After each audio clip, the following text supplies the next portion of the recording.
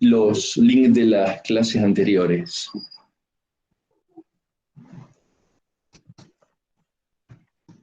Gracias.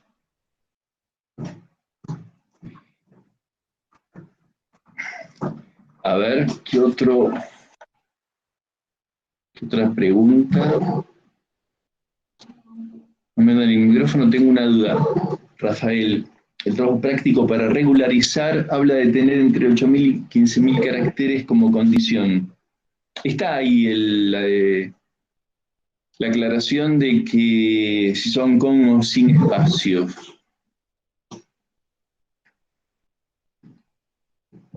Y sinceramente no recuerdo en este momento, pero lo aclaramos ahí mismo.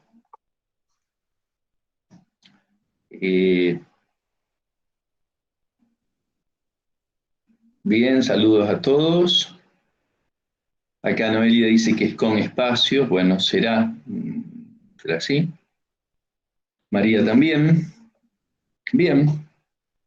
Y la idea es que el trabajo les sirva a ustedes. Tómenlo de ese modo, o sea,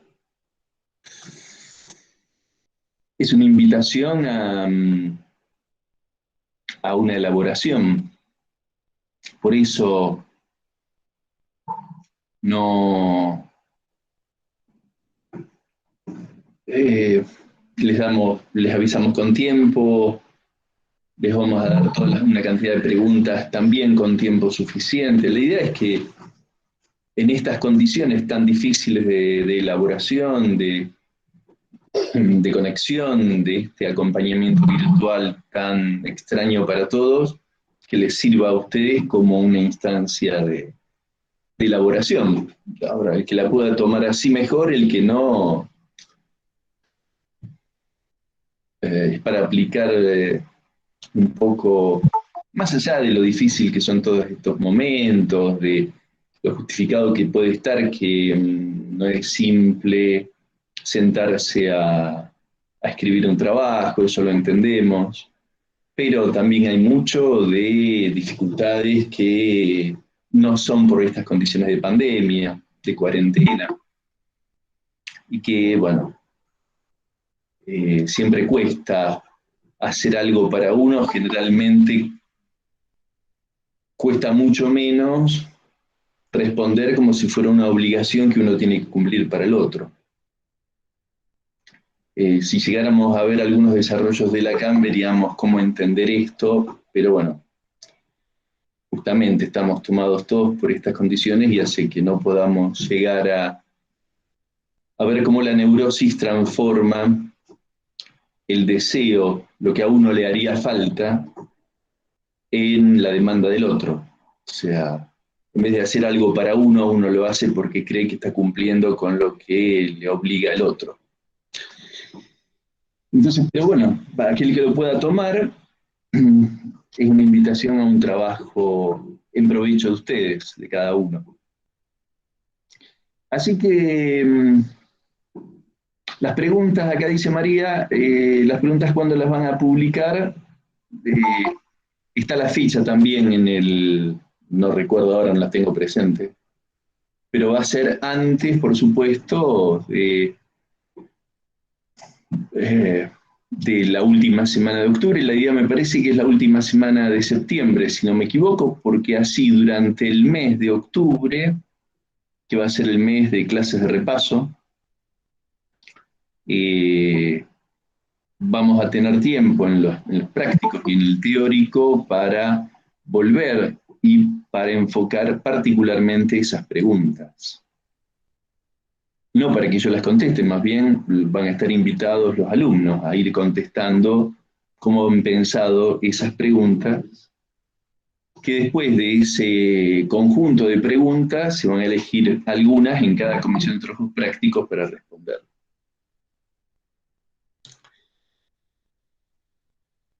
Bien, la semana del 28 me parece que es Andrés o Santiago, que dicen del 28 de septiembre al 2 de octubre es que se van a publicar un conjunto de 30, 50, 70 preguntas, de las cuales vamos a, en el momento del examen del trabajo integrador de contenidos, se les van a dar algunas para que ustedes puedan resolver en esa como presentación. Bien. Me parece que habían quedado algunas preguntas de la vez pasada, no las tengo presentes. Si alguien tiene presentes, las quiere formular, con todo gusto. Las podemos tomar después en algún momento, a medida que vamos desarrollando la clase.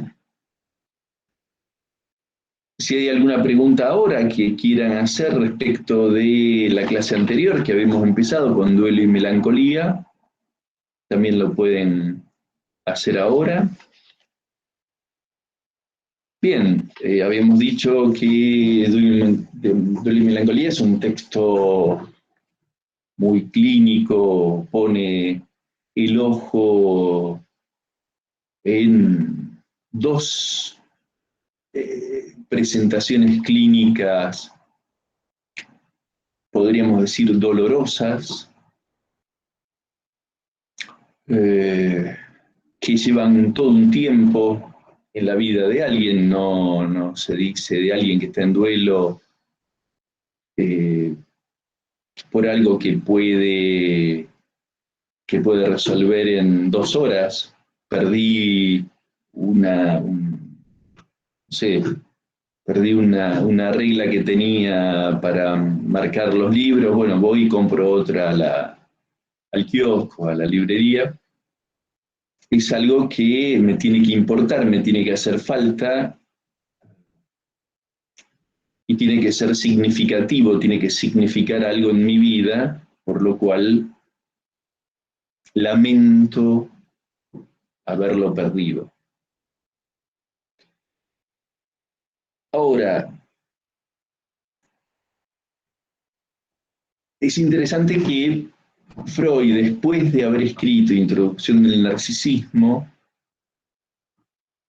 use los conceptos de Introducción del Narcisismo como clave para leer los estados de duelo y los estados melancólicos.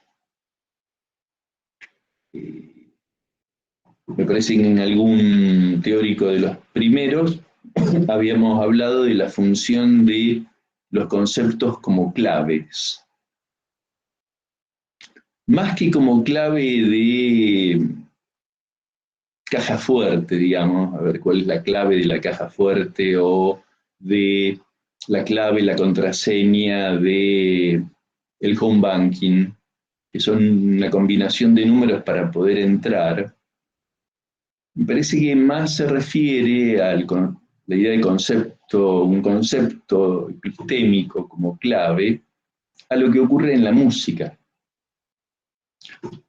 Está el pentagrama, están las figuras, pero la nota particular, lo que esa figura ubicada en el pentagrama, en un cierto espacio del pentagrama, va a leerse de una cierta manera y no de otra por la clave que uno ponga al principio. De esa manera funcionan los conceptos. Vienen a ser una clave que a la presentación que encontramos de figuras en un pentagrama, las vamos a poder convertir en notas con un sentido musical gracias a la clave. Clave de sol, clave de fa en la música, otras claves también. En este caso, los conceptos funcionan de esa manera. Permiten leer lo que se presenta en la realidad, digamos, pero que no tiene sentido, sino es por esto que, gracias a Introducción del Narcisismo, Freud opera con ciertas claves para poder entender los fenómenos del duelo y los fenómenos de la melancolía. Hay otras preguntas acá, pero son de... Bueno, no se hagan problema, está, me parece, publicado todo en el blog. Eh,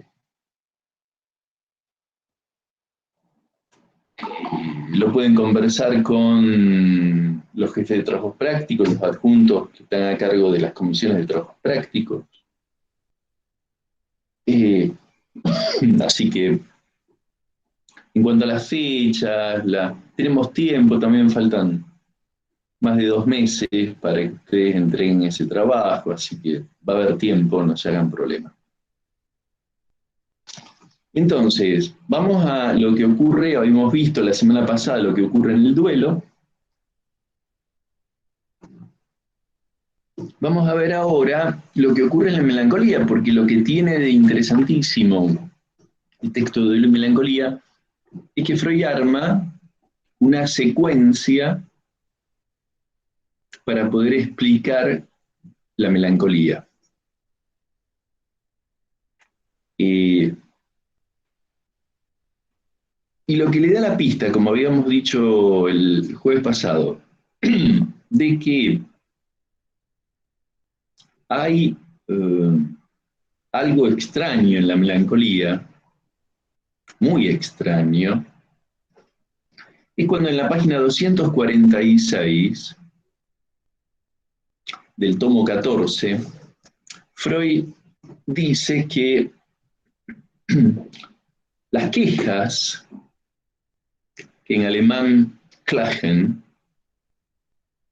las quejas son realmente querellas, Anklage. Se escribe K-L-A-G-E-N, quejas, son las quejas que manifiesta el melancólico.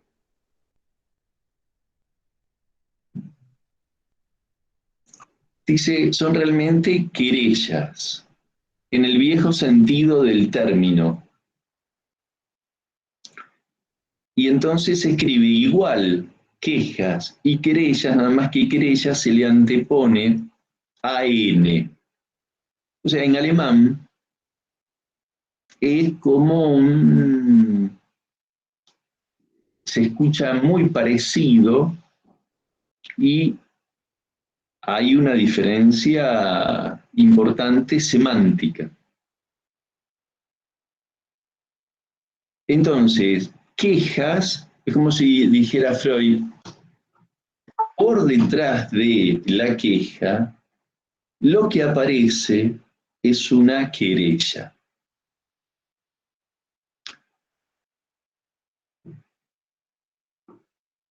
Y entonces dice Freud, ellos no se avergüenzan, los melancólicos, ni se ocultan todo eso rebajante que dicen de sí mismos. En el fondo, lo que dicen como queja de sí mismo es una querella, lo dicen de otro. O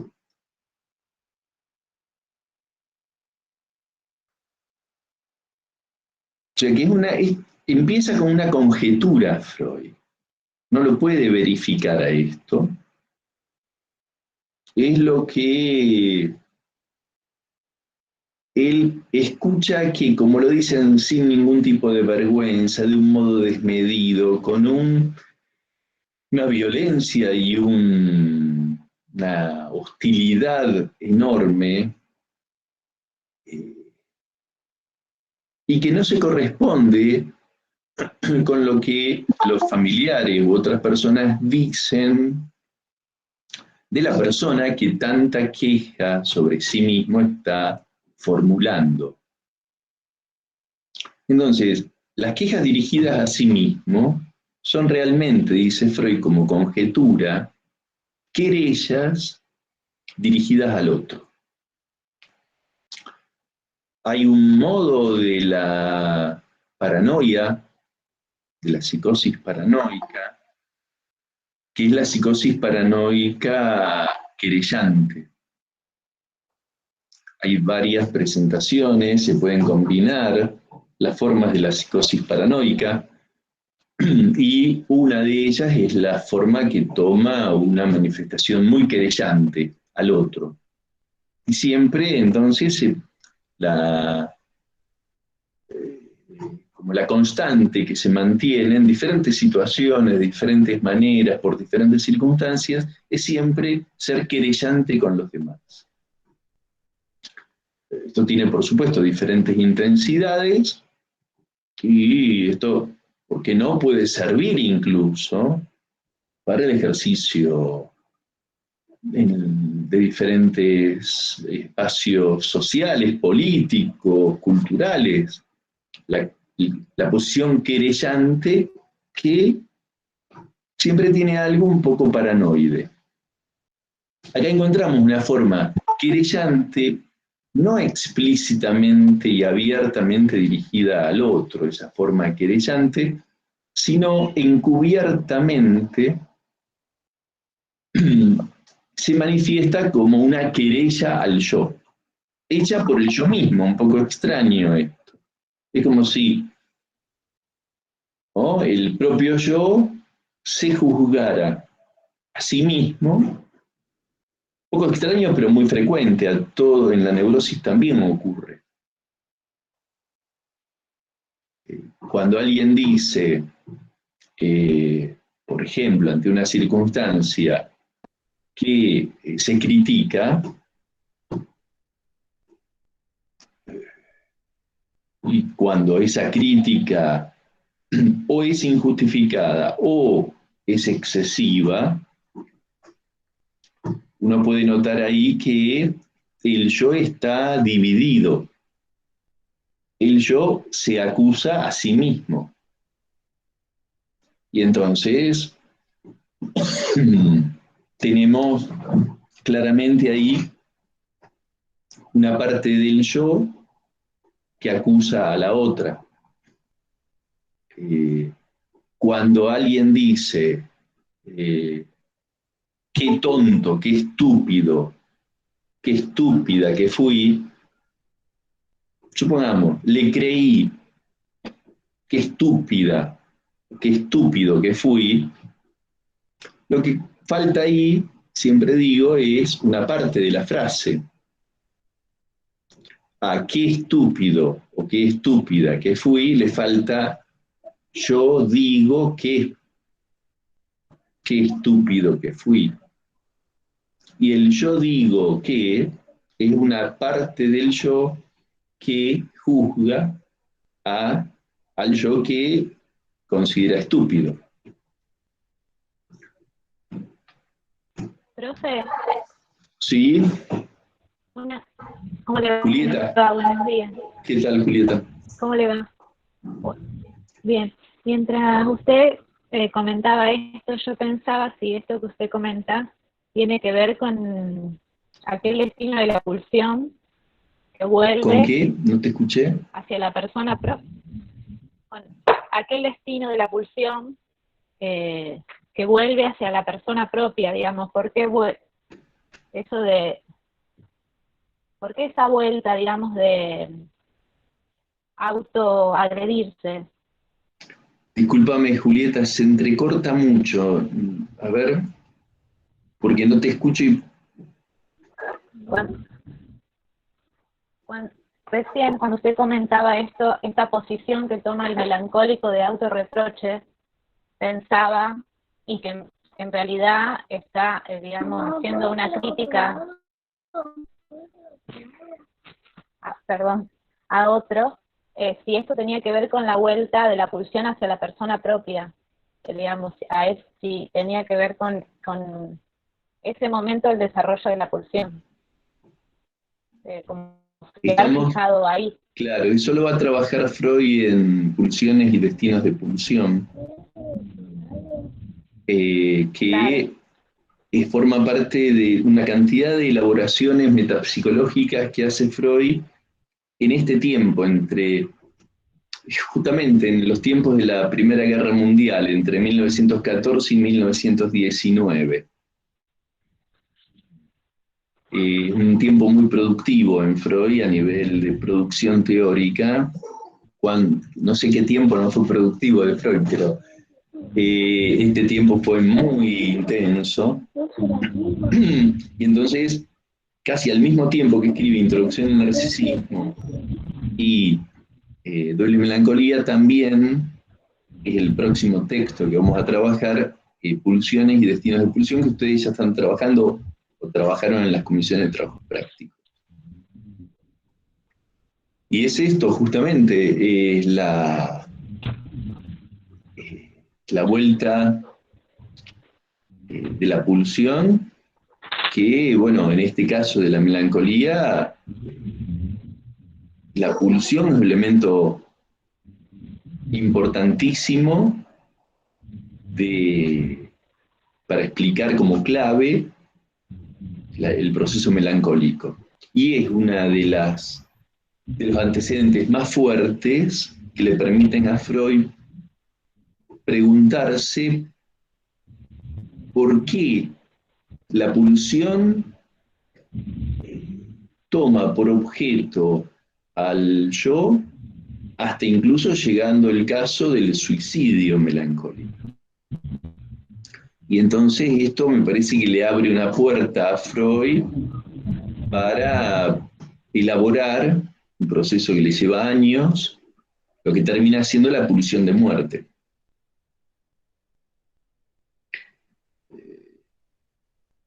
Entonces vemos cómo aquello que Freud tiene una cualidad, la creatividad, el genio creativo de Freud, que no trataba de acomodar todo a lo que ya había creado como concepto Freud. O sea, no hace lo del lecho de Procusto, de la mitología, ¿no? O sea que en la casa de Procusto, alguien muy amable, que instalado en una zona muy como inhóspita, alojaba a los viajeros que llegaban a esas tierras y les daba alojamiento. Y cuando el lecho de Procusto es porque tenía una cama que, si la persona medía más que el largo de esa cama, le cortaba lo que sobraba, y si medía menos, lo estiraba hasta que alcanzara las medidas de la cama. Freud no hacía eso con la teoría, no quería que se acomodara a la cama que ya estaba construida, sino que si tenía necesidad de inventar nuevos conceptos como la pulsión de muerte, no tenía ningún reparo en hacerlo, aunque los que lo acompañaron en ese tiempo fueron los que más se opusieron al concepto de pulsión de muerte. Pero esto ya lo vamos a ver más allá del principio del placer. Entonces, el punto acá, uno de los enigmas que tenemos con Duelo y Melancolía, es por qué la pulsión,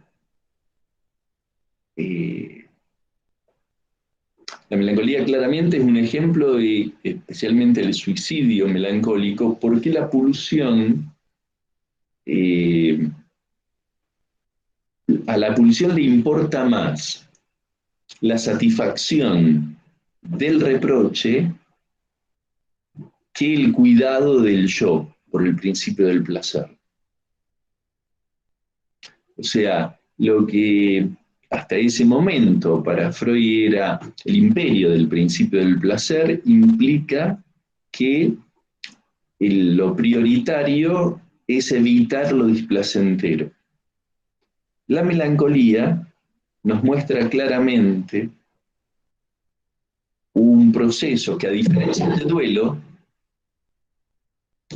busca más una satisfacción, aunque le cueste la vida a la persona melancolizada, que el mantener con vida y en el régimen del principio del placer a la vida de la persona.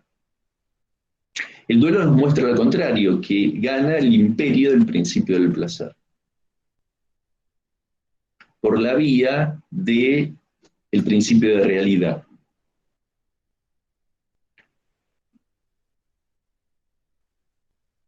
El principio, ¿sí? ¿Puede repetir otra vez lo que dijo recién? Que no llegué a copiarlo. Eh, Más o menos la idea es esta, que esto lo vamos a ver más claramente, ya les digo, no está en Duelo y Melancolía, en el texto, pero para orientarnos lo paradójico de lo que presenta la melancolía es que en el proceso melancólico es como si fallara, fracasara el imperio del principio del placer. Algo más fuerte que el principio del placer se impone en el aparato psíquico y en el caso del suicidio melancólico termina ganándole, por supuesto, costándole la vida a la persona, pero en el suicidio melancólico hay una satisfacción. Eso es lo extraño que descubre Freud en la melancolía. La satisfacción es paradójica porque es una satisfacción que claramente no es placentera. Es una satisfacción de matar al objeto.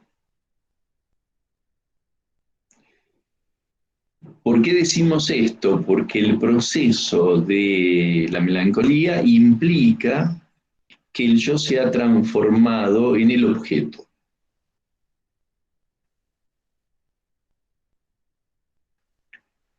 Esa es la clave que Freud toma de introducción del narcisismo, en donde, ¿por qué la toma de introducción al narcisismo? Porque toma de la elección de objeto tipo narcisista.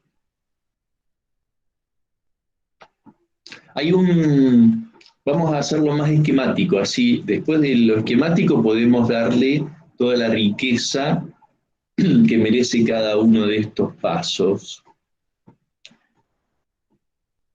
Para hacerlo esquemático al proceso de la melancolía, ubicamos que como antecedente a la entrada al proceso melancólico, Freud conjetura como condición necesaria de que haya después melancolía, es que la elección de objeto que se hizo, o lo que ese objeto significaba, implicaba para el sujeto, para el yo, era algo profundamente narcisista. Entonces, eso antes de la pérdida del objeto, antes del proceso que inicia todo el estado de melancolización, la elección, la elección o la atribución del valor a un objeto, que quizás no era por elección, era por las circunstancias de situaciones, pero el valor que ese objeto tenía se debía a una investidura narcisista de objeto, profundamente narcisista. Una vez que eso se establece claramente, porque eso es importante en la medida en que va a ser una condición para que haya dificultades para perderlo al objeto. porque si lo pierdo al objeto, es una parte de mi narcisismo que pierdo con el objeto. Entonces, una vez que el valor del objeto, valor libidinal, está dado por el narcisismo del yo, a su vez con ese objeto tiene que haber una profunda también ambivalencia. En términos freudianos, la ambivalencia implica la combinación simultánea de amor y odio. No un odio circunstancial, no una bronca del momento, un profundo odio que, tal como la elección narcisista, era una manera, algo propio de esa persona antes de encontrarse con ese objeto. La elección narcisista no la provoca el objeto, está desde el modo en que el yo elige o valora un objeto. El odio del mismo modo. El odio tiene que ser un modo que el yo tiene, que el sujeto tiene para establecer vínculos con los objetos. Entonces, tenemos la combinación del amor narcisista y del odio al objeto. Un odio que no nos imaginemos que tiene que manifestarse intensamente en la vida de la relación con el objeto. Un odio que puede haber estado muy disimulado, muy como mezclado de modo ambivalente, de muy diferentes formas, pero sin esta combinación de amor narcisista por el objeto y odio intenso, más aún dice Freud, el sadismo al objeto.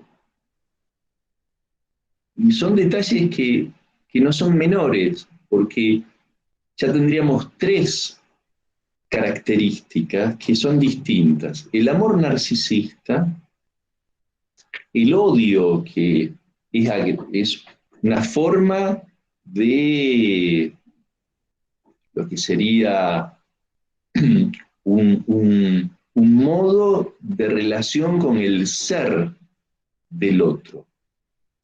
El odio para el psicoanálisis es una de las formas donde se establece como una dirección a lo que se intenta, en el caso del odio, como atacar del ser del otro, de lo más íntimo del otro. No se odia, no es un enojo el odio.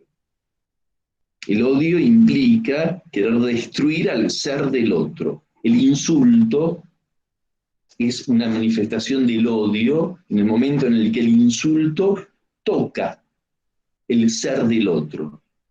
Nunca el insulto es un insulto que se refiere al tener del otro, es liviano. Generalmente los insultos fuertes son los que atacan al ser del otro. Sos esto. Un insulto no es, bueno, qué sé yo, tenés, ahora que en algunos lugares del país no se puede ir a la peluquería, especialmente para las mujeres, tenés más canas que antes. No es un insulto. En cambio, si se le dice, sos una vieja de mierda, es un insulto. Porque ese insulto quiere afectar, quiere captar, atacar al ser del otro. Eso es el odio. Ahora, otro elemento, como decimos, ese tercer elemento es el sadismo. El modo sádico ella habla de, como el sadismo en la obra de Freud, bien ubicado, Freud lo ubicó siempre como un elemento del modo perverso. Viene de las perversiones sexuales infantiles. Entonces, esa combinación, ustedes se dan cuenta que estamos hablando de al menos tres elementos altamente explosivos, combinados los tres en la misma persona en relación a un objeto. Amor narcisista, que no es un amor como si dijéramos el amor anaclítico, el amor que se elige por la diferencia con el otro.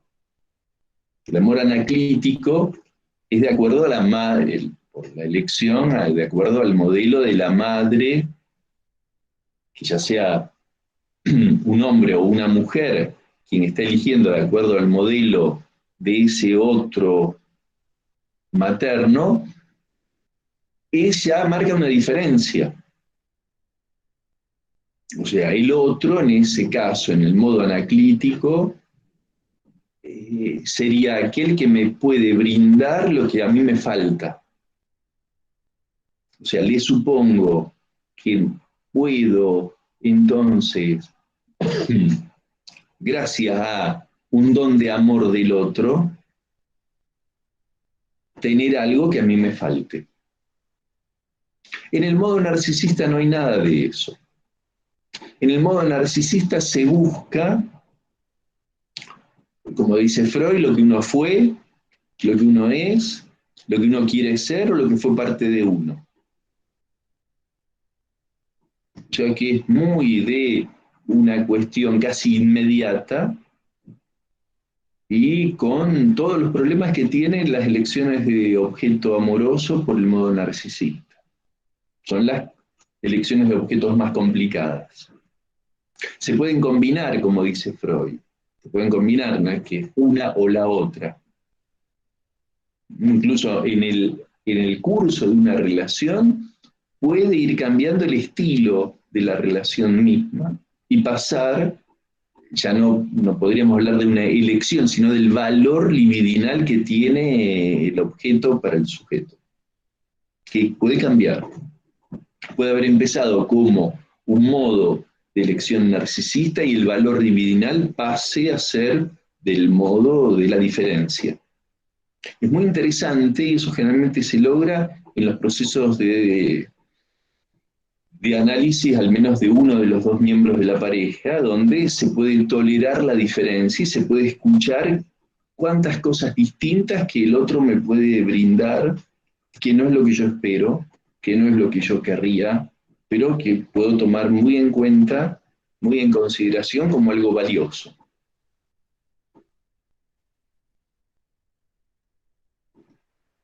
Entonces, volviendo a la melancolía, tiene que haber como condiciones previas antes de incluso el encuentro con el objeto. Esas condiciones previas son la facilidad para que la elección de objeto, el valor libidinal del objeto sea el amor narcisista, el odio y el sadismo. Una vez que se establece la relación con ese objeto en particular, esto no es necesario que se presente y se despliegue a sus anchas y con las peores consecuencias. No, puede haber sido una relación armoniosa, podríamos decir.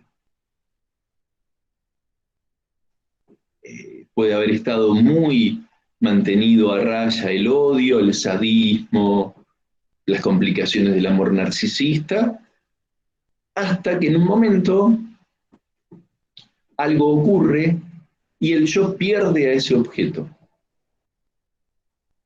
El objeto puede irse con otro, con otra, puede morir, el objeto puede elegir no otro u otra, irse a vivir sola, solo. Bien, puede haber un momento de separación, supongamos que en una pareja una de las dos personas dice, necesito un tiempo y quiero estar 6 meses, en principio 3 meses, lo que sea, para pensar qué quiero. No es que se separa, no es que elige a otro, no es que lo engaña, no es que necesita irse a otro país, no. Le pide un poco de tiempo. Y eso ser significado por el yo como algo insoportable.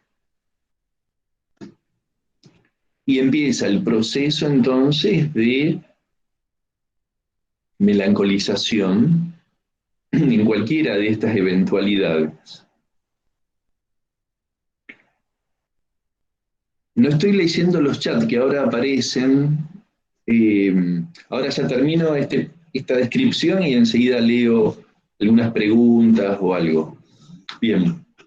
Entonces, cuando eso ocurre, hay una dificultad para entrar en un proceso de duelo o de soportar la incertidumbre.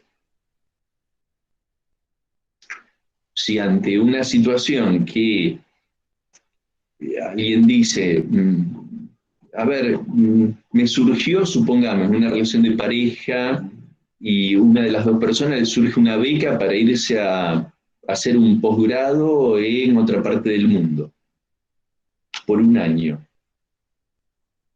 Y como la relación no venía en sus mejores términos, había muchos problemas, discusiones, en un momento dice, bueno, hagamos una cosa, yo me voy un año, hago el posgrado, nos mantenemos en comunicación y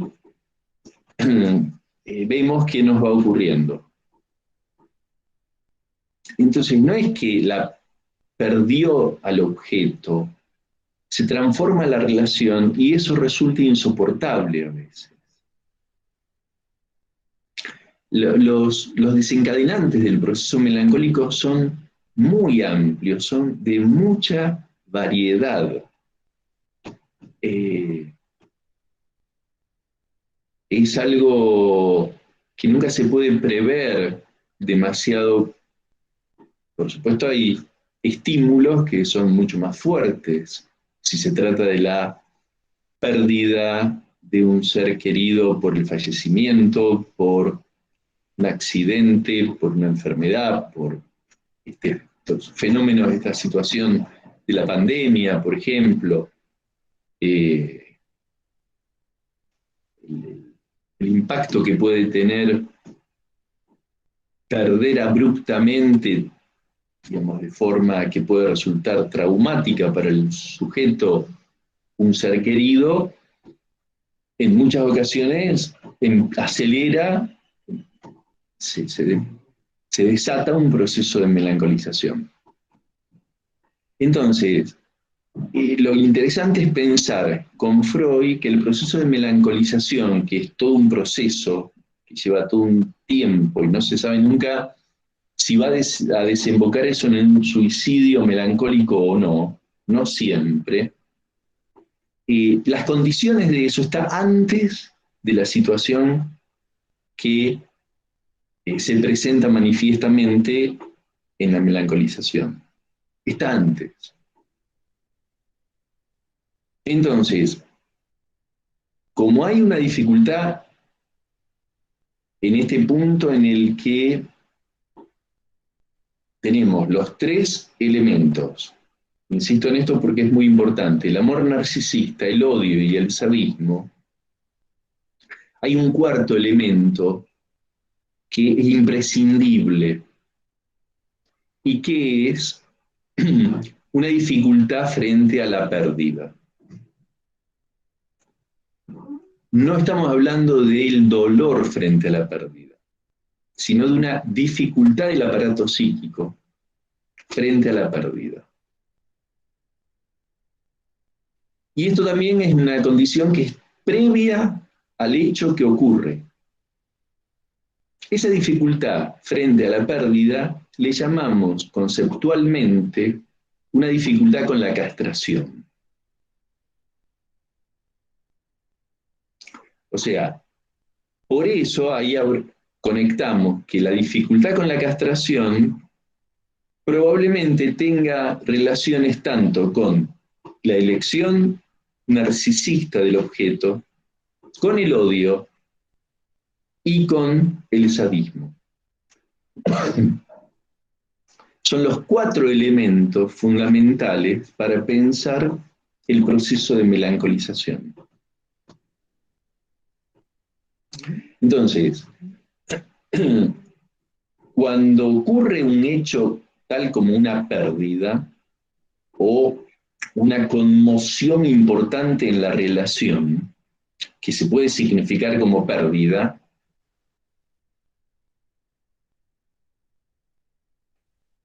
al no poder tramitarlo ni por la vía del duelo,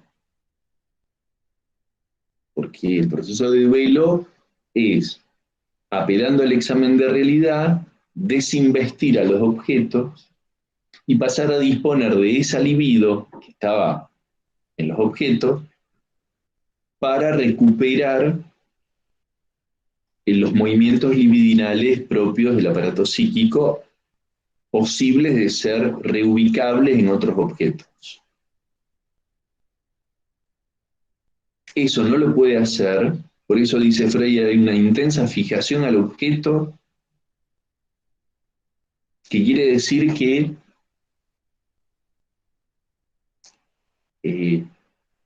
al haber sido elegido de modo narcisista, no puedo perder eso, es como si perdiera una parte muy propia. Es una parte tan propia que es insoportable perderlo. Entonces, en vez de perderlo, dice Freud, la conjetura de Freud es, como no soporto perderlo, me identifico con ese objeto inconscientemente. Y una parte de mi yo pasa a ser, sin que yo me entere, el objeto.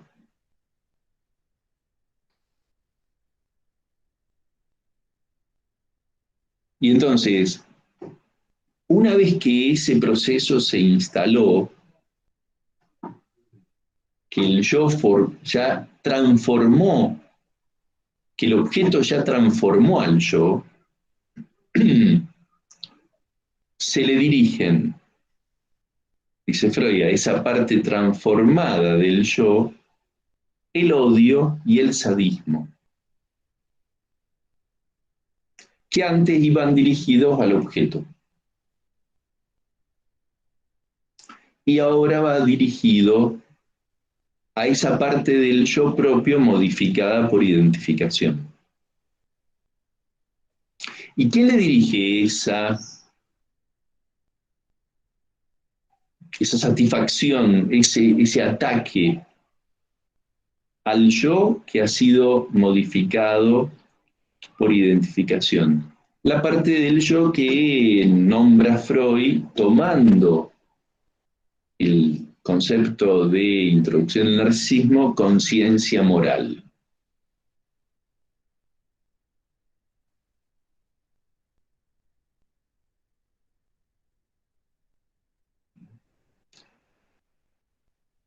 Este es el punto, me parece, digamos, que, claro, esto es un armado verosímil, podríamos decir, pero no hay forma de constatarlo por ninguna observación, son conjeturas. Ahora, son conjeturas, como decíamos, bueno, ubicada cierta clave, leemos un pentagrama con sus figuras y se convierten en notas que tienen cierta armonía de acuerdo a esa clave. Si le ponemos otra clave o sin clave no sabemos qué quiere decir. Un pentagrama con figuras no tiene sentido. Entonces, la melancolía es algo muy enigmático. Lo que hace Freud es un esfuerzo enorme para convertirlo en algo lógico que tiene sentido.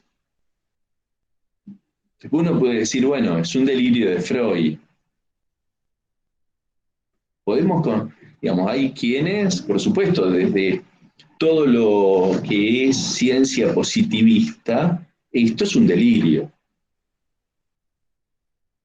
Desde lo que es la psicología norteamericana, eso no tiene ningún valor científico porque no es comprobable, no es verificable, no hay eh, muestreos, no hay constatación posible que haga de esto algo fiable, algo... Bueno, aparte, cuando los científicos acostumbrados a trabajar sobre muestras y sobre eh, tipos de comprobaciones muy positivistas, leen que Freud dice, yo tuve 6 casos y sobre esos 6 casos a mí me parece que se puede construir esta teoría. Se mueren de infarto porque eso es absolutamente descartado por la llamada ciencia, incluso las ciencias del espíritu, como la llama Dilthey. Lo que tenemos es que son conjeturas, construcciones epistémicas, que cuando uno ve diferentes situaciones clínicas, son muy aplicables estas conceptualizaciones, porque no solamente sirven para una vez que ocurre algo, sino incluso sirven para anticipar procesos de melancolización,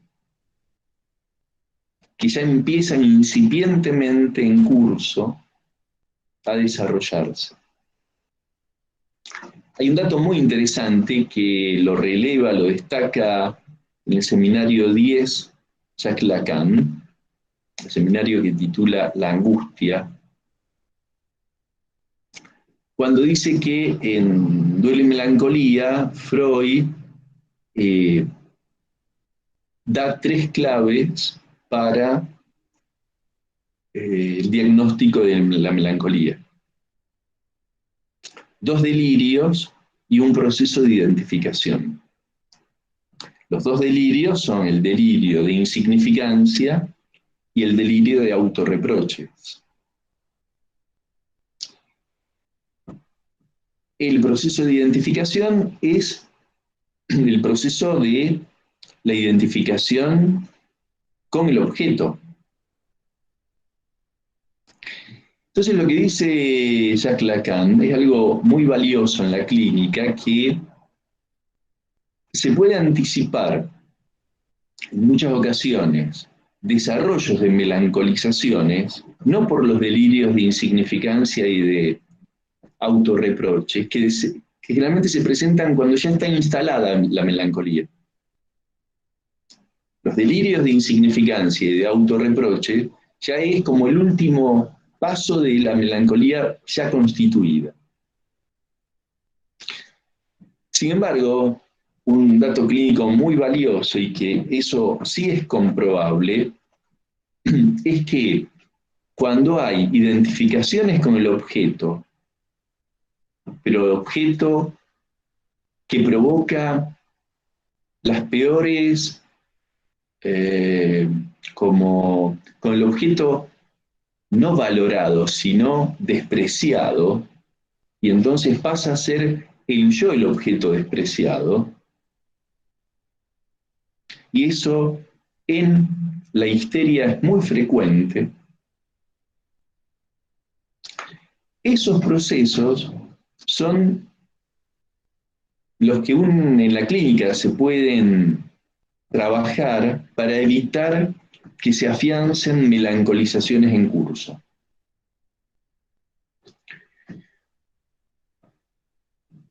Y si uno sabe que en muchas ocasiones, en muchas ocasiones quiero decir, es frecuente que la histeria particularmente entre en momentos de melancolización, porque la histeria tiene como manifestaciones una cosa muy, a veces, hipomaníaca, de una exaltación yoica, de un llevarse el mundo por delante, de un ímpetu que es envidiable que lo tenga, y en otras ocasiones tiene bajones, como decimos todos habitualmente. Bajones que son, pero se siente la última porquería, que nadie se fija en ella, que a nadie le importa, que es un ser que está de más en el mundo. Bueno, entonces, en esos momentos hay que evaluar si no cabe poner eso en análisis de tal manera de evitar agudizaciones del proceso de melancolización en la histeria particularmente. Pero eso se da por la identificación con el objeto, con un objeto que es como un desecho. Entonces,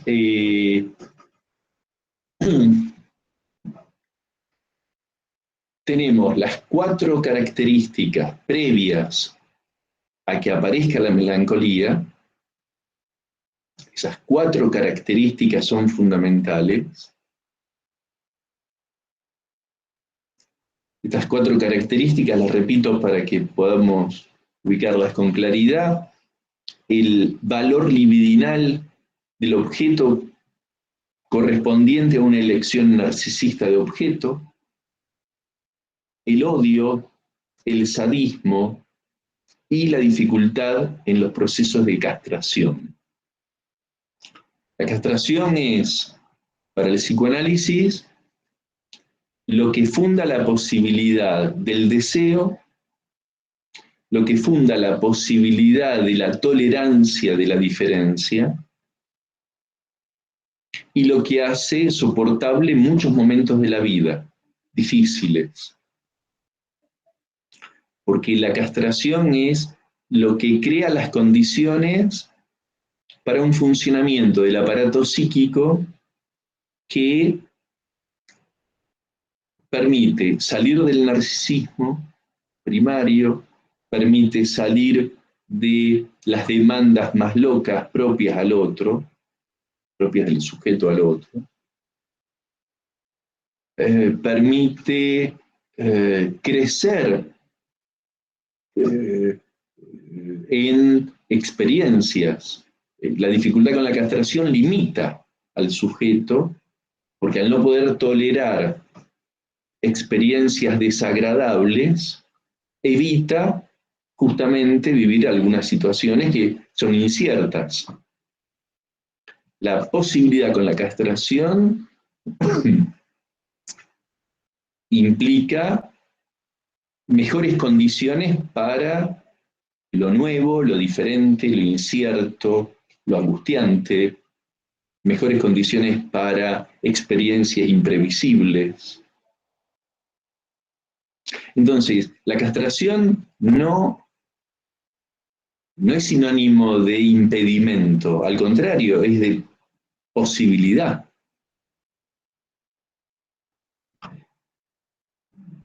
Los momentos de melancolización implican dificultades con la castración, serias dificultades con la castración.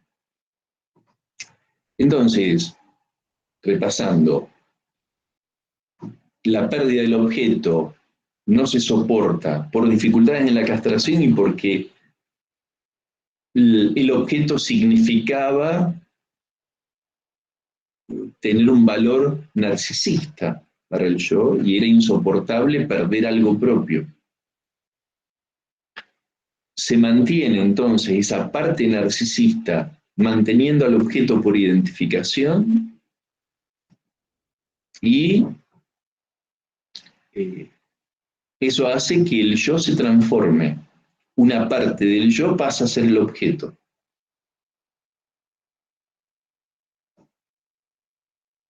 Y la otra parte, a lo que Freud se refería como conciencia moral, en introducción de narcisismo, que siempre tiene la conciencia moral por función vigilar al yo en el cumplimiento de los ideales.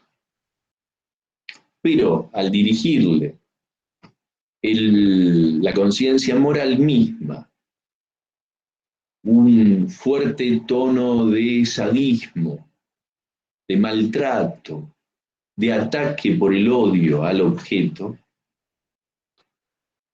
la conciencia moral lo que hace es convertirse en un juez implacable, despreciando a ese objeto, querellando a ese objeto. Que no es más que atacar al yo, porque ya no es el objeto, sino esa parte del yo a lo que se está atacando. De ahí entonces lo que Freud dice cuando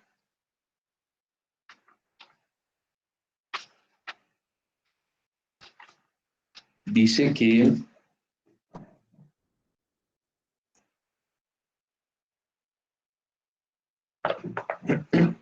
las quejas son realmente querellas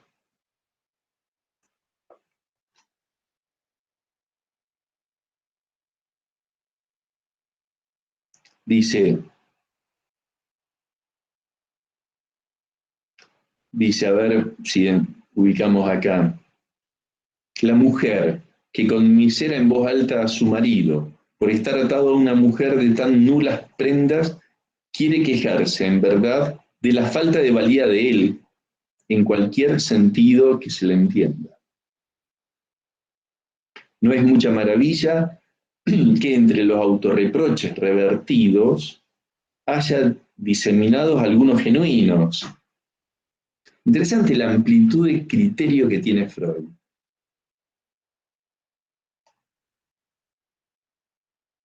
Pudieron abrirse paso porque ayudan a encubrir a los otros. ¿Se entiende la idea? O sea, puede haber reproches genuinos dirigidos o al objeto o a sí mismo. Esto en la página 246. Dice, estos reproches genuinos se pueden abrir paso porque ayudan a encubrir a los otros e imposibilitar el conocimiento de la situación. Bien.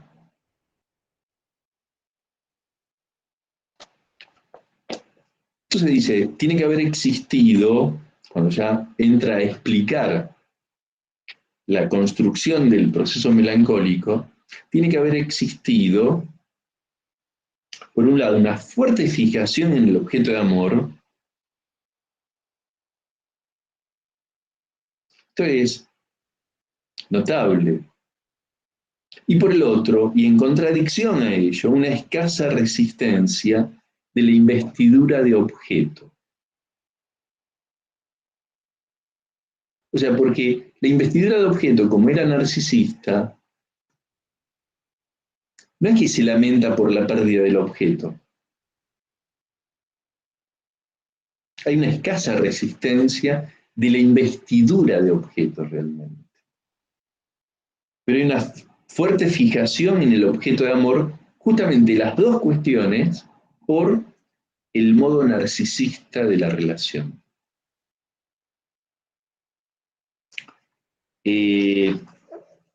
Bueno, y después, muy interesante cuando dice que hay dos situaciones contrapuestas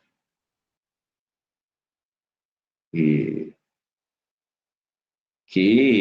se explican, y esas dos situaciones contrapuestas que se explican por la misma descripción, dice que son esas dos situaciones contrapuestas el enamoramiento más extremo, no cualquier enamoramiento, y el suicidio melancólico. Y dice, aunque por caminos enteramente diversos. la descripción es la misma. La sombra del objeto cae sobre el yo. En el enamoramiento más extremo, podríamos decir, estamos en un momento que para la mayoría de las personas, en un enamoramiento más extremo, es de enorme felicidad. Y en el suicidio melancólico, estamos en un momento del dolor más intenso. Y los dos los reúne Freud en esa,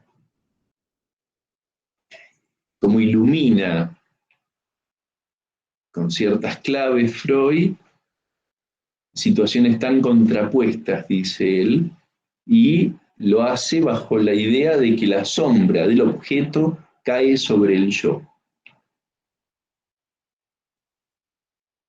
En las dos situaciones, de todas maneras, hay en el enamoramiento más extremo y en el suicidio melancólico, insisto, hay satisfacción.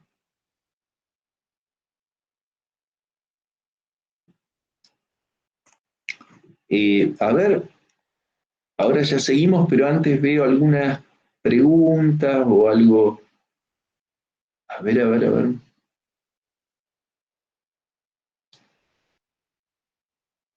Después de todas las preguntas sobre el trabajo integrador de contenidos, Camila pide esto hace ya casi una hora, pero bueno, estábamos conversando sobre el tema.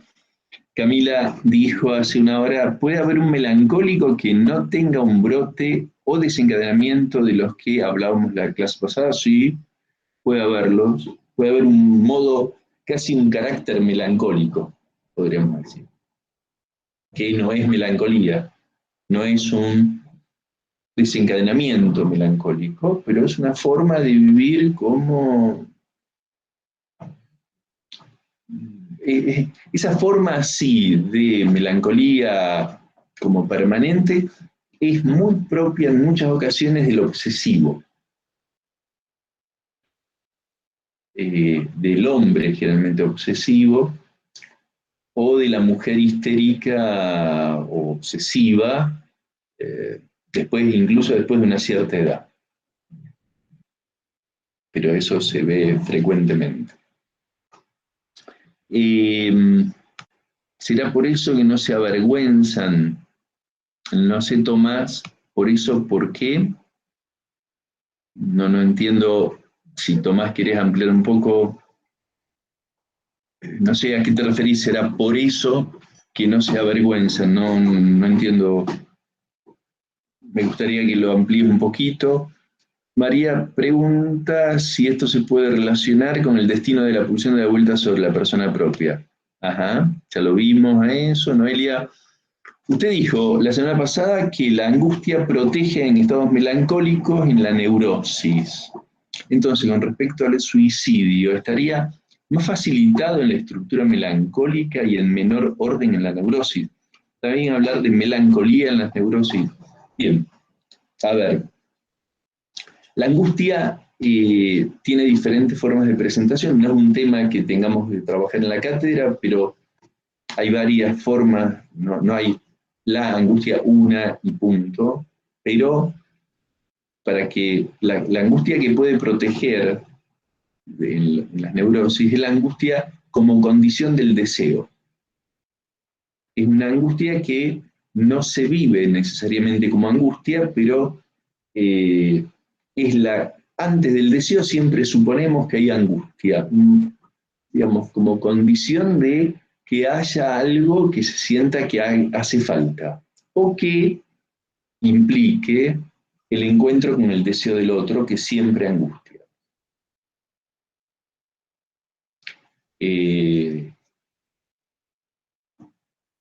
Entonces, con respecto al suicidio, estaría más facilitado en la estructura melancólica y en menor orden en la neurosis, totalmente de acuerdo.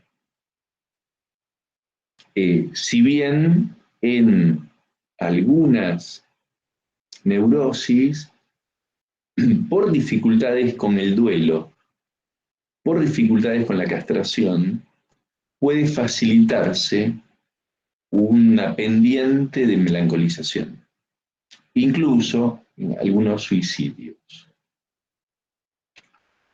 O sea que el suicidio melancólico no siempre implica que haya estado ese pasaje al acto suicida, eso manifieste siempre una psicosis.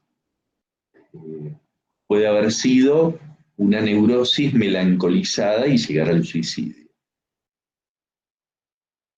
Entonces no es que hay melancolía en las neurosis, sino procesos de melancolización en las neurosis. Cuando los hay.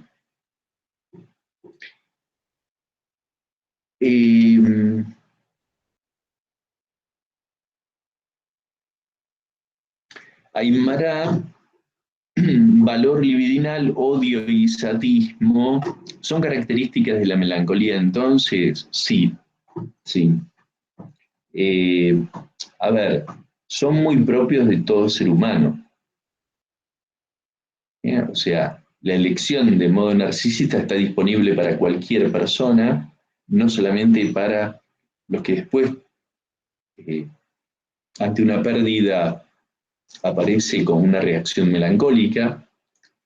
Ya les decía antes, o sea, hay experiencias que demuestran, o por experiencias de la vida, o por el proceso mismo del análisis, que como el proceso del análisis trabaja fuertemente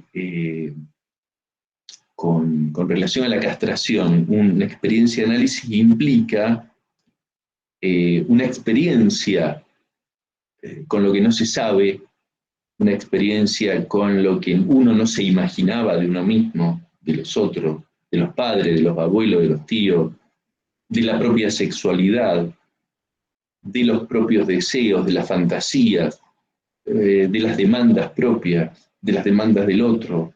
Todo lo que no se sabe es un nombre, el aventurarse a saber algo de eso es un nombre de un proceso con la castración. O sea, implica lo que no sé, lo que no me animo, lo que no me imagino, y todo eso es entrar a poder soportar la castración y poder soportar la angustia en un marco de trabajo, bajo transferencia. Y entonces lo que implica eso es que, digamos, se descubra, por la propia experiencia de análisis, el lugar del odio en la vida propia, del sadismo, el narcisismo en juego, la dificultad con las diferencias, las dificultades con el narcisismo. Y entonces,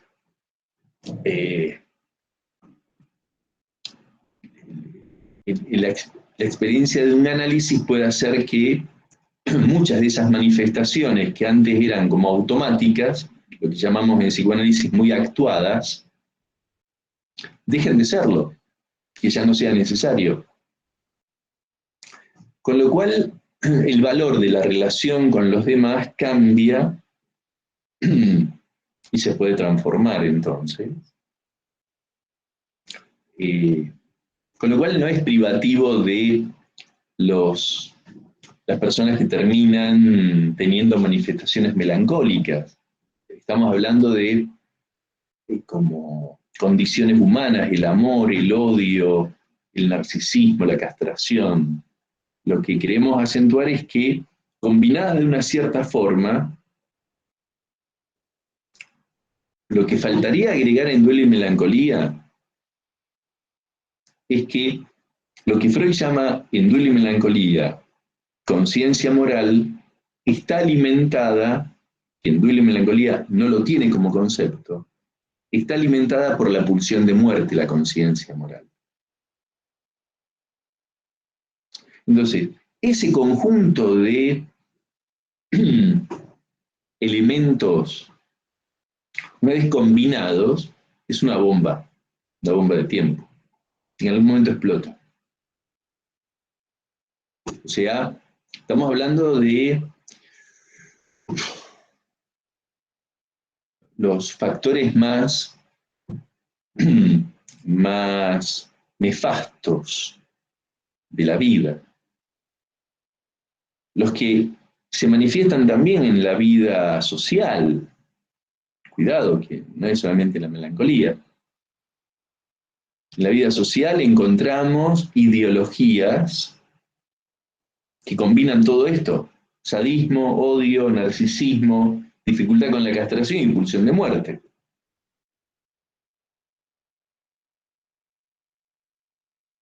Entonces habría que ver cuánto de las, por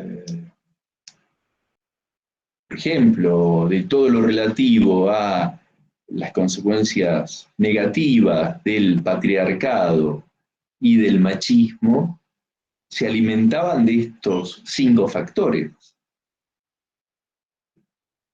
O las ideologías de derecha o homofóbicas o reaccionarias de ciertos países que ubicamos muy claramente en el planeta actualmente y que parecen que el tiempo no hubiera pasado y que bueno, estamos, o si no, la segregación racial que hay en Estados Unidos, por ejemplo.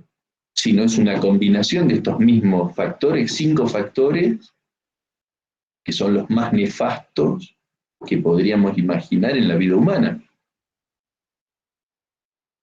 Entonces no pensemos que esto que es de algunos, que bueno, tienen la mala suerte, que les ocurre. Todos tenemos problemas con estas 5 cuestiones. Todos. A nadie le resulta fácil el narcisismo, ni el odio, ni el sadismo, ni la castración, ni la pulsión de muerte.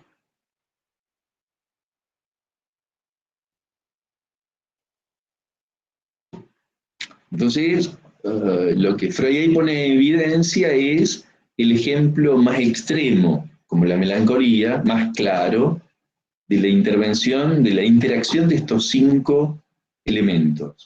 Pero después, yo los invito a pensar esto en la vida social incluso.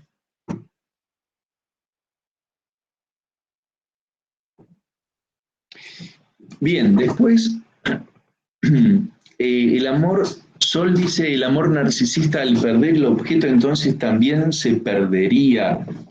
Y muy interesante la pregunta, Sol, porque le gana el odio, no deja de amor, deja de haber amor. Incluso es interesante porque cuando dice Freud una débil resistencia de la investidura de objeto, es porque deja de pensar en la persona que perdió. Habla de sí mismo el melancólico. No sé si se dieron cuenta. O sea, tanto le importa a la persona que perdió o el objeto que perdió, pero ya deja de hablar de eso.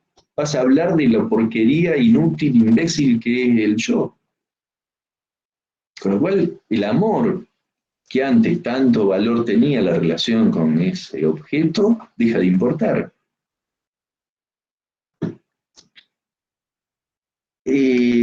Jimena, cuando habló del cuarto elemento, ¿en qué sentido sería una dificultad con la castración? No sé si después lo contesté, Jimena, o resultó claro, o quieren que lo ampliemos, pero me parece que di algunos ejemplos. Sí, profe, después lo respondió y me quedó claro. Ah, perfecto, Jimena, muy bien. Porque esto también de hace como media hora, tu pregunta y que recién la pude leer ahora. De todas maneras, el tema de la castración es un tema muy interesante, es medular para el psicoanálisis, porque, a ver, este valor de la castración lo encontramos con Lacan. Antes de Lacan, o todavía hoy, en el ámbito que no es lacaniano, la castración es como mala palabra. Entonces se le dice a una madre que pone muchos límites que madre castradora. Y cuando yo escucho, no seas una madre castradora, bueno, no, a ver, eso sería una madre limitadora, una madre que termina siendo como una guardiacárcel. La operación de la castración es posibilitante. O sea, lo que destaca Lacan, retomando a Freud, es que es gracias a la castración que el niño sale de la locura con la madre y entonces puede pasar al mundo y al deseo exogámico. Y la niña, gracias a la castración, puede entrar en el campo del amor y salir de la locura con la madre también. Freud dice que entra en el campo del amor al padre. Pongamos, hoy se puede ampliar la figura del padre, pero es otra cosa que la madre, a lo que entra gracias a la castración, la niña también, y el valor del amor para la vida amorosa, sexual, social del campo femenino. Es muy interesante pensar la castración y sus efectos no limitantes, sino posibilitadores, a condición de que algo quede prohibido. O sea, que esa endogamia inicial quede atrás, para poder ir al mundo de una manera que sea gracias a la castración. Y en cada momento de la vida ocurre eso. Si no hay operación de la castración en juego, no hay deseo. El narcisismo, puesto en acto, puesto en evidencia, es una dificultad con la castración. O sea, la posición caprichosa de una persona adulta, o de un joven, de una joven, implica una dificultad con la castración. A ver, el capricho tiene dos ángulos. El capricho es la expresión del berrinche infantil narcisista, pero el capricho también tiene, de acuerdo a cómo se exprese, también puede ser el capricho mismo una expresión del deseo. Como si dijéramos un deseo fuerte, caprichoso, intenso, que no se detiene frente al primer no. Entonces hay que ver qué modo de capricho toma, si es un capricho tipo como berrinche infantil, berrinche narcisista, o es la expresión de un deseo potente ya afectado por la castración.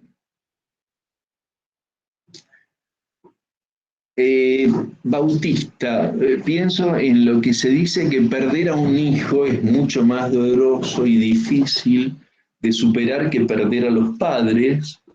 Esto tiene relación con el amor narcisista que se tiene a los hijos, a diferencia del amor por apuntalamiento que se tiene hacia los padres. En parte, Bautista, es muy interesante esto. En parte es así, hay que reconocerlo. Sin duda es que hay algo del amor narcisista que los padres tienen por los hijos, sin dudas. Me parece que hay algo más que es algo como imprevisto, la muerte de un hijo, que en ese punto es como traumático, porque la muerte de un padre de una cierta edad, digamos, mayor de hoy en día 70, 75 años, 80, es algo previsible, tarde o temprano se sabe que va a ocurrir. Puede envejecer hasta los 90, puede envejecer hasta los 95, pero uno sabe que en un momento ocurre. De un hijo, justamente en parte por el narcisismo que los padres pueden tener, lo quieren ver crecer, tener hijos, lo quieren, lo imaginan sobreviviéndolo a uno como padre. Ahora, que todo eso, que no es solamente narcisismo, son deseos que, o sea, el amor de un padre o una madre por su hijo o su hija es más que narcisismo. Es muy interesante pensar qué es el amor por un hijo o por una hija. Y hay algo más que narcisismo, es algo de, de lo que hace falta porque uno espera como padre o madre vivir como experiencia con ese hijo o con esa hija. O sea, cuando no resulta indiferente la paternidad o la maternidad, es porque se espera, hay expectativas de que la vida del hijo o de la hija depare sorpresas que se esperan agradables, pero experiencias en esas sorpresas, una experiencia de vida para uno. Y eso va más allá del narcisismo. O sea, es la expectativa de que la vida del otro, de una pareja, de un hijo, de una hija, de un amigo, de una amiga, sea algo que le permita a uno vivir algo que es como viajar, eh, es encontrar algo distinto en el mundo, no lo que uno ya sabe. Y me parece que hace que, cortada esa posibilidad, porque se murió el hijo, se murió la hija, uno pierde algo que, bueno, no tiene posibilidades de vivir si no es con quien se perdió.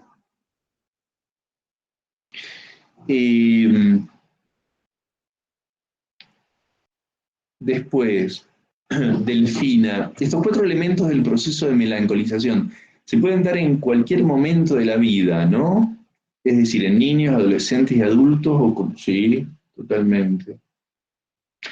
Decíamos el jueves pasado que en los niños yo no tengo cómo verificar esto por mi experiencia y algunos casos que he leído, publicados por colegas, especialmente de otras partes del mundo, han sido siempre casos, por ejemplo, de suicidios de una niña de 10 años, que recuerdo en este momento, pero no de menores de esa edad. Así que diría de niños, en todo caso, cerca de los 10 años, o menos quizás, pero sí después, me parece, después del complejo de Edipo, después de los tiempos de los 6, 7, 8 años. Ahí no sé, tendría pero por eso, como no tengo práctica con niños y no escuché nunca el caso de la melancolía de un niño o de una niña de 3, 4, 5 años. No sabría decir. Pero sí en adolescentes, en adultos, seguramente, sí, tal cual. No hay edad para esto. En cualquier momento, sí, tal cual. María, ¿todo esto le pasa al hombre también? No entiendo, María, no sé si estás conectada todavía. ¿A qué te referís? ¿Todo esto le pasa al hombre también? No sé si es una ironía o una broma o querés decir algo con esto, pero te pediría por favor si lo podés ampliar porque me queda no sé de quién estaríamos hablando, si no, al hombre como genérico, hombres, mujeres, al hombre porque pensaste que hablábamos de mujeres solamente, no. Pero bueno, te invito por favor a aclararlo a esto. Ah, María, acá está. Se ríe y dice, no, lo dije en su momento porque se refería a la mujer en todo momento, claro. Bien, bien. María, sí, sí, también por supuesto. Y, no, lo que decíamos es que ciertos procesos que ocurren en la histeria hacen que el sujeto histérico, hombre o mujer histéricos, sean más sensibles, estén menos acorazados, como si lo está el neurótico obsesivo, hombre o mujer, que esa coraza le evita dividirse al neurótico obsesivo, hombre o mujer, pero le evita muchas experiencias importantes de la vida también. El amor, por ejemplo, el amor en una persona muy obsesiva es muy difícil. La experiencia amorosa, o una experiencia de deseo, o frente a algo nuevo. Es muy característico del obsesivo su tendencia a la rutina, a siempre lo mismo. En cambio, el sujeto histérico es alguien que, salvo en algunas ocasiones, el sujeto histérico más bien es enemigo o enemiga de siempre lo mismo, que es más bien siempre lo nuevo. Y de eso puede hacer una rutina. Eso es un problema también. Pero bueno, Maximiliano, bueno, después dice, Noelia, las dificultades en los procesos de castración están directamente relacionados con el no poder perder ese objeto. Sí, si no entendí mal. Ese objeto está en el lugar de falo. Bueno, el concepto de falo es todo un concepto, no lo hemos trabajado todavía, no lo vamos a poder trabajar este año. Hay que trabajarlo primero en Freud y después en Lacan. En Freud hay un concepto de falo, en Lacan hay 3 conceptos de falo distintos, totalmente diferentes. Así que es de una complejidad, pero para articularlo con la castración, vamos a ver si esto, ese objeto está en el lugar de falo. A ver, donde se entiende mejor es esto es con la lectura de Lacan. No está en el lugar de falo. El objeto que tiene dificultades con la castración, que es el objeto que está en la melancolía, es el objeto que no tiene brillo fálico. Es el objeto que no tiene valor fálico. Es el objeto que no tiene valor fálico. Y el objeto que no tiene valor fálico es el objeto de desecho. Es el objeto que no vale nada. Entonces, ahí hay que recurrir a la diferencia que hace Lacan entre el objeto y el falo. Pero es todo un recorrido que hay que recorrer un poquito antes el concepto de objeto y algo de Lacan para poder entenderlo, pero no es el que está en el lugar del falo. ¿Cuál sería la satisfacción? Pregunta Jimena. Perdón, en el suicidio melancólico la satisfacción es la de lo que después Lacan Freud va a inventar como concepto en más allá del principio del placer, que es la pulsión de muerte. La satisfacción del suicidio melancólico es la satisfacción de la pulsión de muerte. O sea, hay una desmezcla pulsional, como decía Freud, lo vamos a ver en el Yo y el Ello, en el 4º capítulo del Yo y el Ello, donde habla de que lo peligroso en la vida humana es la desmezcla del eros y el tánatos. Porque la mezcla hace que la pulsión de muerte, que es propia de cada ser humano, sea posible de ser tramitada por el eros, la pulsión de vida, el deseo sexual, la pulsión sexual en sus amplias manifestaciones. La pulsión de muerte, cuando se desmezcla, no está mezclada, entonces no está como reducida un poco en su potencia por el eros, y entonces aparece buscando satisfacción. Y la encuentra en la pulsión en la melancolía, pero insisto, no solamente en la melancolía, hay muchas situaciones de la vida social que no se podrían entender sin pensar en la pulsión de muerte. Aún incluso en una mezcla. Catalina, los procesos de melancolización en las neurosis conllevan los 4 elementos también, o el proceso es diferente que la melancolía propiamente dicha. No, los 4, los 5 elementos con la pulsión de muerte también en la neurosis, tal cual. Raquel, castración es un límite que no gusta en el momento, pero habilitante a futuro. Es una muy buena definición esta, como límite que puede ser displacentero, pero habilitante al futuro. Muy bien. ¿Cuál sería la relación, Valentina, entre narcisismo y castración? En principio ustedes la pueden ver en el tercer capítulo de la introducción del narcisismo, con lo que vimos hasta ahora, cuando Freud dice que hay un momento necesario para salir del narcisismo primario, de la construcción del yo ideal, que es cuando, gracias a como dos procesos que ocurren, se sale del narcisismo primario: las admoniciones y el juicio propio. Las admoniciones que vienen del otro y el juicio propio que es el del sujeto. Con esto se está refiriendo Freud a la castración.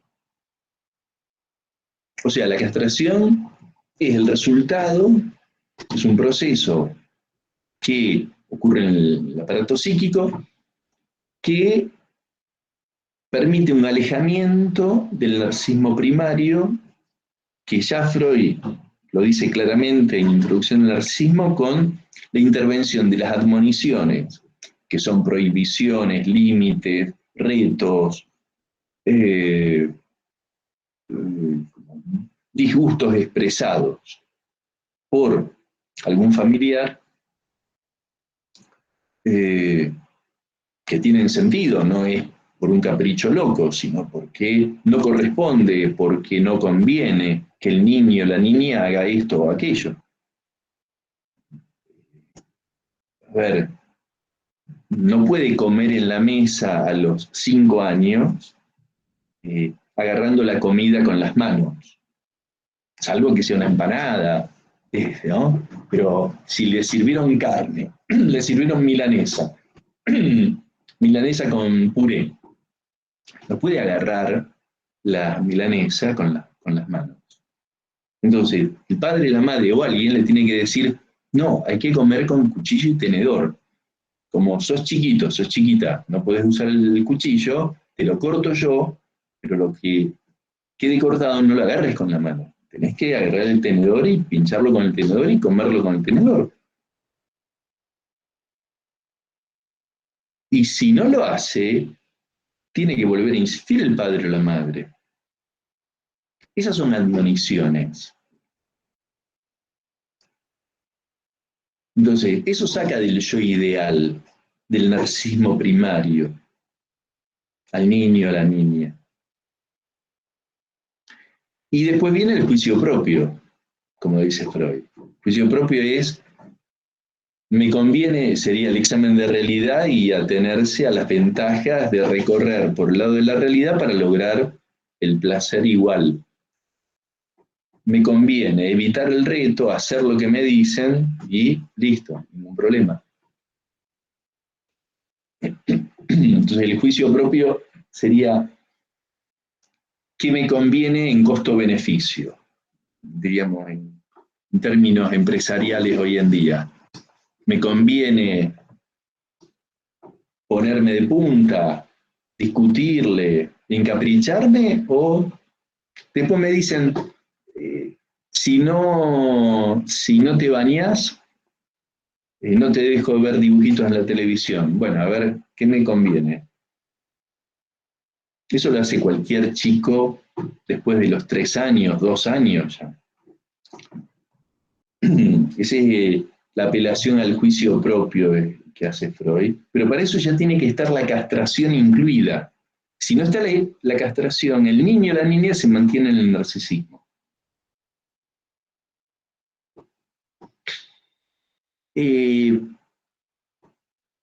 Después, Aymara, esa castración podría darse a nivel histórico de la humanidad cuando en los clanes prohibieron la endogamia y tuvieron que relacionarse con otros clanes para intercambiar mujeres, crecer en número y fuerzas productivas, por ejemplo, lo pienso de otros textos. Sí, es lo que trabaja el Lévi-Strauss, las estructuras elementales del parentesco. Bueno, sí, claro. Bueno, y después Lourdes, todavía me queda la duda, no sé si alcanzó a responder en el teórico pasado, ¿por qué la necesidad de manifestar los reproches ante otros en la melancolía? Se me ocurre que es algo esencial en este caso. ¿Cómo se podría leer eso? Es muy interesante esta pregunta, Lourdes. Es por el sadismo en juego. El sadismo es lo que hace que la satisfacción implique el insulto público, la denostación del objeto para mostrarlo tan denigrado como se pueda. Y ahí hay una satisfacción sádica alimentada por la pulsión de muerte. Bueno, 2 menos cuarto pasada, sí. Estuve viendo que hay muchas consultas sobre las 2 últimas clases. Yo estoy elaborando un mail y te lo voy a mandar para que vos lo puedas subir al aula con las últimas 2 clases y la de hoy. ¿Te parece? Pero ya están subidas las... yo intenté rastrearlas recién y no las encontraba. Bueno, me voy a fijar con más en el aula está en el apartado donde están todo el detalle de los teóricos, y en el blog está en teóricos.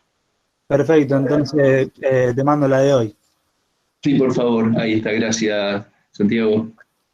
Bueno, mis saludos a todos, espero que haya resultado algo un poco más claro. Gracias por los comentarios, los agradecimientos a ustedes, de mi parte, un gusto. Nos vemos el próximo jueves, entonces, que tengan buena semana, cuídense mucho, nos vemos el jueves. Hasta luego, linda clase. Muy bien. Chao, Andrés, gracias. Un saludo para todos.